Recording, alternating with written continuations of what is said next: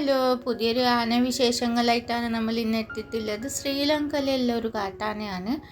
ഇപ്പോൾ ശ്രീലങ്കയിലുള്ള കുറേ കാട്ടാനകളൊക്കെ ഇതുപോലെ നല്ല റോഡുകളൊക്കെ അവിടെ ഉണ്ടാക്കിയിട്ടുണ്ട്. എല്ലാ സ്ഥലത്തിലും ശ്രീലങ്ക മുഴുവനായിട്ടും നല്ല റോഡുകളൊക്കെ നല്ല സൗകര്യമാണ്. അപ്പോൾ അധികം അവിടെ വാഹനങ്ങളും ഇല്ലാത്തത് കൊണ്ട് ഈ റോഡുകളൊക്കെ കാർപ്പെട്ടാണ്, ഇത് നാശമാവുന്നുമില്ല.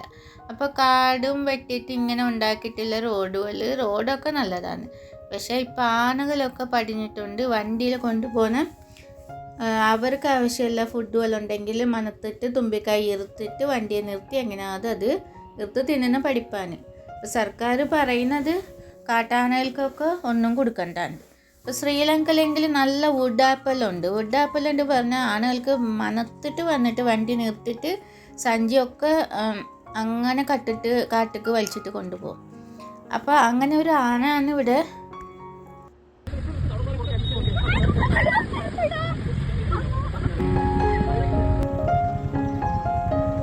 റോഡിൽ അങ്ങോട്ടും ഇങ്ങോട്ടും ഇരുന്നിട്ട് വലിയ വീര്യം കാണിച്ചിട്ടാണ് നിൽക്കുന്നത്. വലിയൊരു ആന തന്നെ. മനുഷ്യന്മാർ വണ്ടിയായിട്ട് വരുമ്പോൾ ചെറിയ വാഹനങ്ങൾക്കെങ്കിലും പോകാൻ പേടിയാണ്. വലിയ ആനകൾ എങ്ങനെയാണ്? ഇപ്പോൾ ഈ വരുന്ന ബസ് വന്നിട്ട് ഈ ബസ് വരുമ്പോൾ അവർ പെട്ടെന്ന് അങ്ങോട്ട് മാറിയിടും. കണ്ട, ബസ്സിനൊന്നും ചെയ്യുന്നില്ല. ബസ് വരുമ്പോൾ ഒളിച്ച് നിൽക്കും. ബസ് പോന്ന ശേഷം വരും. ബസ്സുകാരെങ്കിൽ നല്ല ഐഡിയ അവർ തരും. ആന ഇങ്ങനെ കൊള്ളാന പോലെ അവർ വണ്ടി എടുത്തു വരും. അങ്ങനെ ആണെങ്കിൽ ഈ ബസ്സുകാർക്ക് നല്ല പേടിയാണ്. പക്ഷെ സാധാരണ ബാക്കിയുള്ള വണ്ടികൾക്കൊക്കെ നല്ല നാശനഷ്ടവും.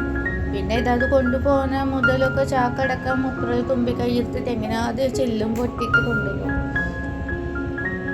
കാണാൻ നമുക്ക് കാട്ടിലെല്ലാം ഇങ്ങനത്തെ വലിയ ജീവികളൊക്കെ ഇഷ്ടം തന്നെ.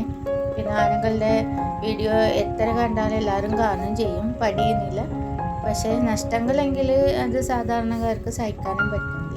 അപ്പോൾ ഈ ആൾ ഇവിടെ നിന്നിട്ട് എന്ത് ചെയ്യുന്നത് നമുക്ക് ഈ ഒരു വീഡിയോയിൽ തന്നെ കണ്ട് മനസ്സിലാക്കാം.